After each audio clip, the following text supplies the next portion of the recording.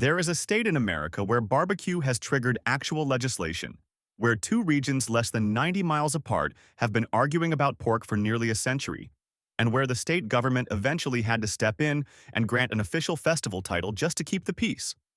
North Carolina, population 10.8 million, a state shaped like a long diagonal slash from the Atlantic coast to the Appalachian Mountains, with a culinary divide running almost exactly down its middle, Eastern style on one side, Piedmont style on the other, that locals will tell you is the most consequential geographic line in the entire state.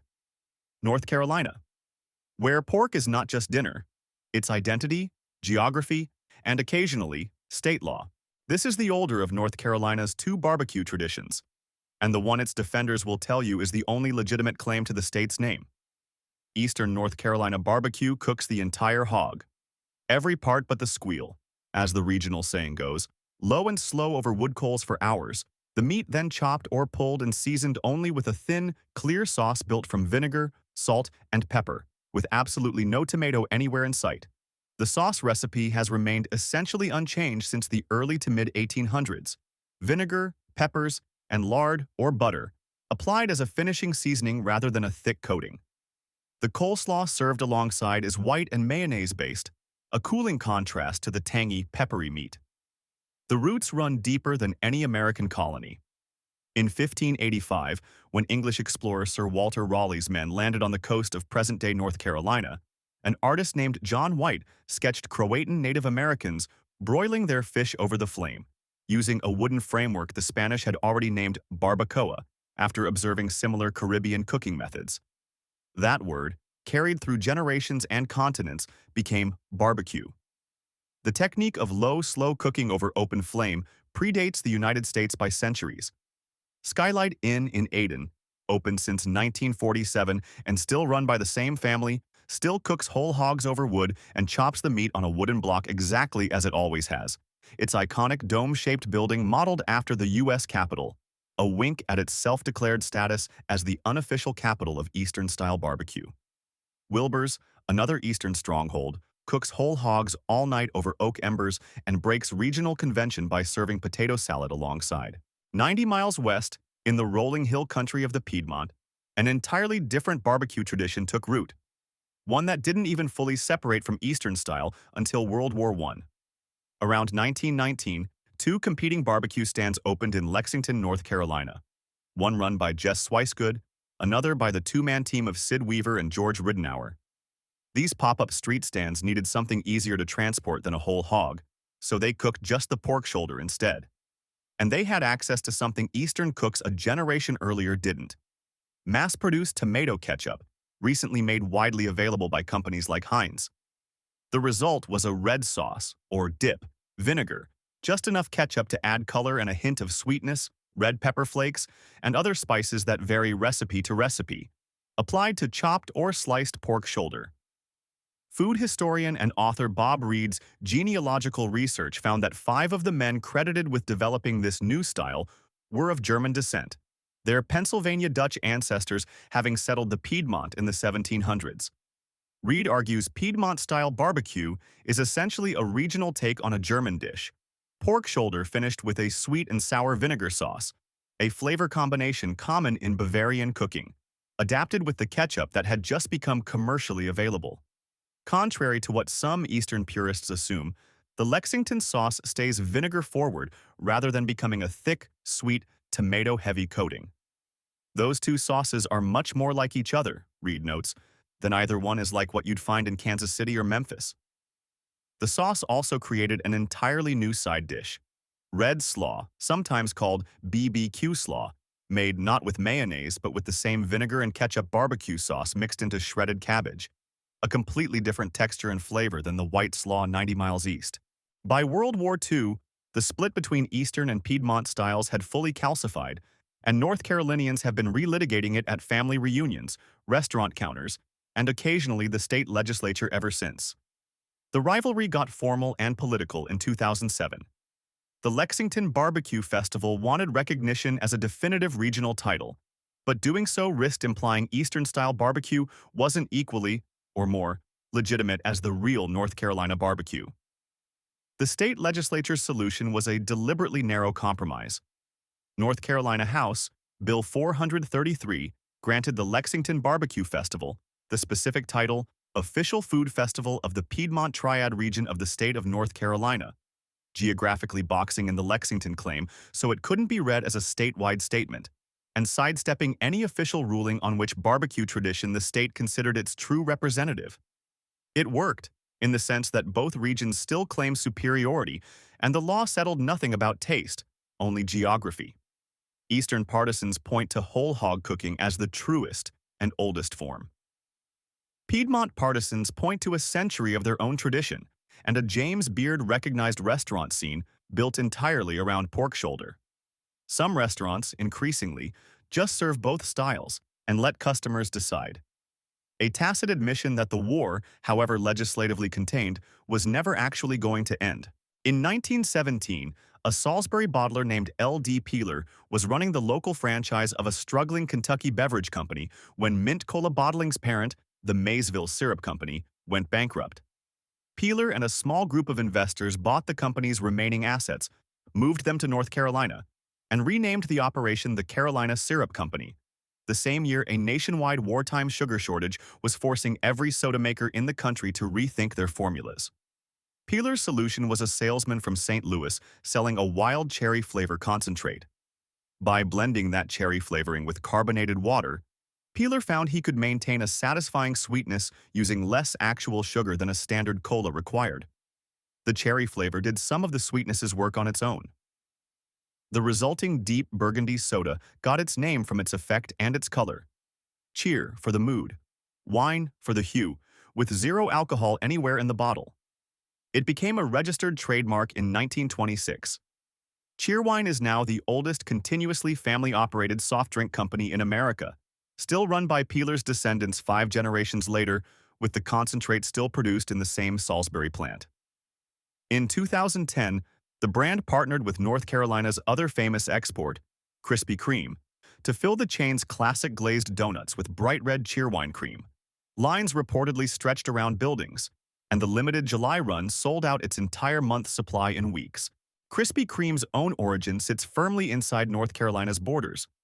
The company traces to a donut recipe purchased from a New Orleans French chef and brought to Winston-Salem in 1937, where it became one of the state's most recognized national exports. Its signature hot glazed donut now sold in dozens of countries. While Krispy Kreme's deepest history belongs to its hometown of Winston-Salem, its cultural reach across North Carolina is total.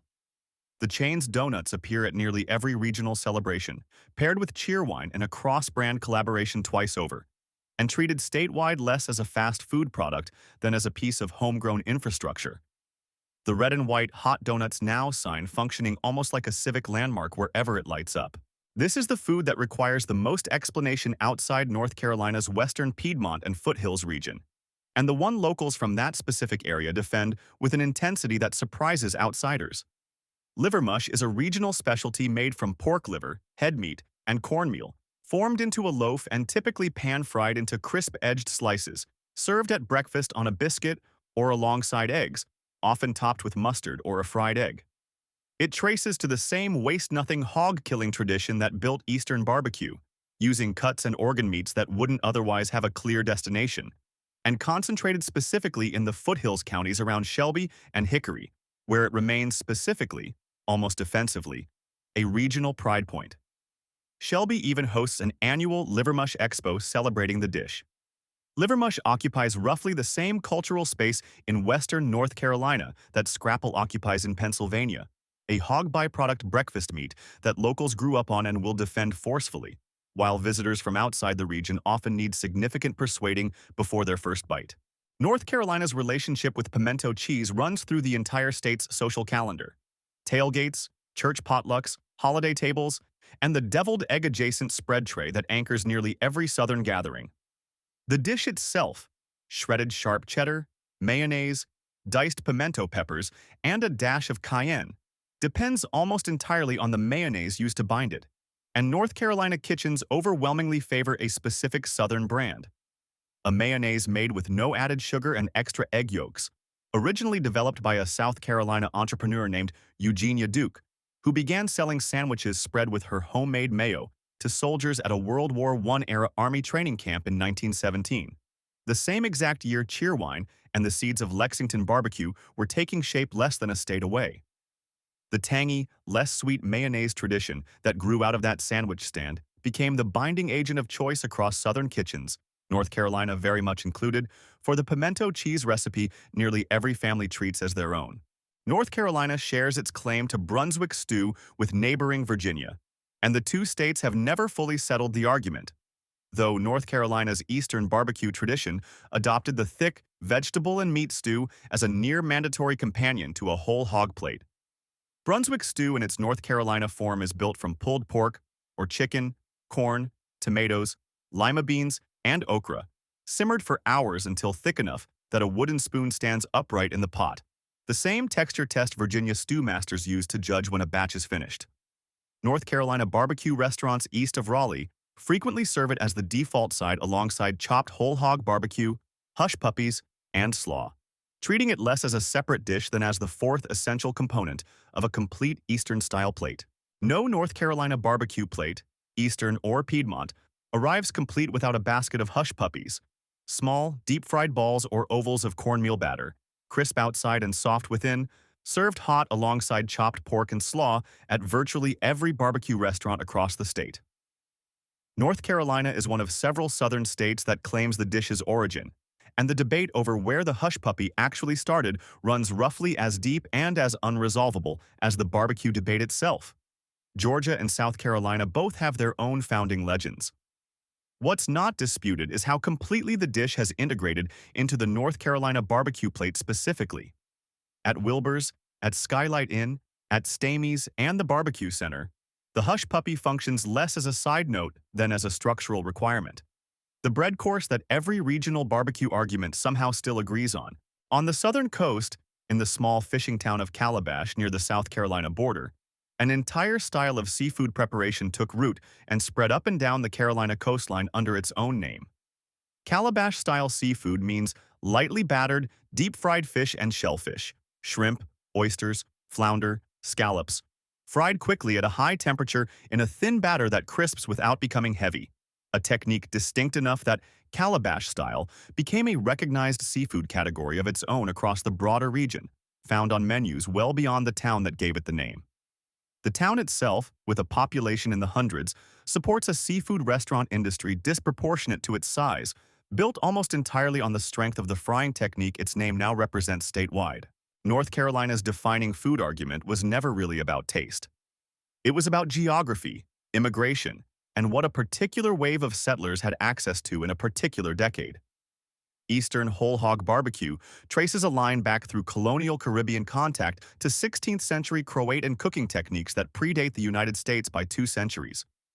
Lexington-style barbecue exists specifically because German-descended Piedmont families wanted a Bavarian sweet and sour flavor profile, and Heinz had just made ketchup commercially available. Both facts are true. Neither side has ever fully accepted that the other's origin story matters as much as their own, which is exactly why a state legislature eventually had to step in with a law narrow enough to avoid picking a side. Not every state has triggered an actual bill in its General Assembly just to manage a barbecue rivalry. Not every state's beloved cherry soda and beloved barbecue tradition both trace to the exact same wartime year for the exact same reason, a sugar shortage forcing improvisation. Not every state has 2 completely different slaws, 2 completely different sauces, and one shared, unshakable conviction that pork, prepared correctly, is the only food worth a century of arguing over.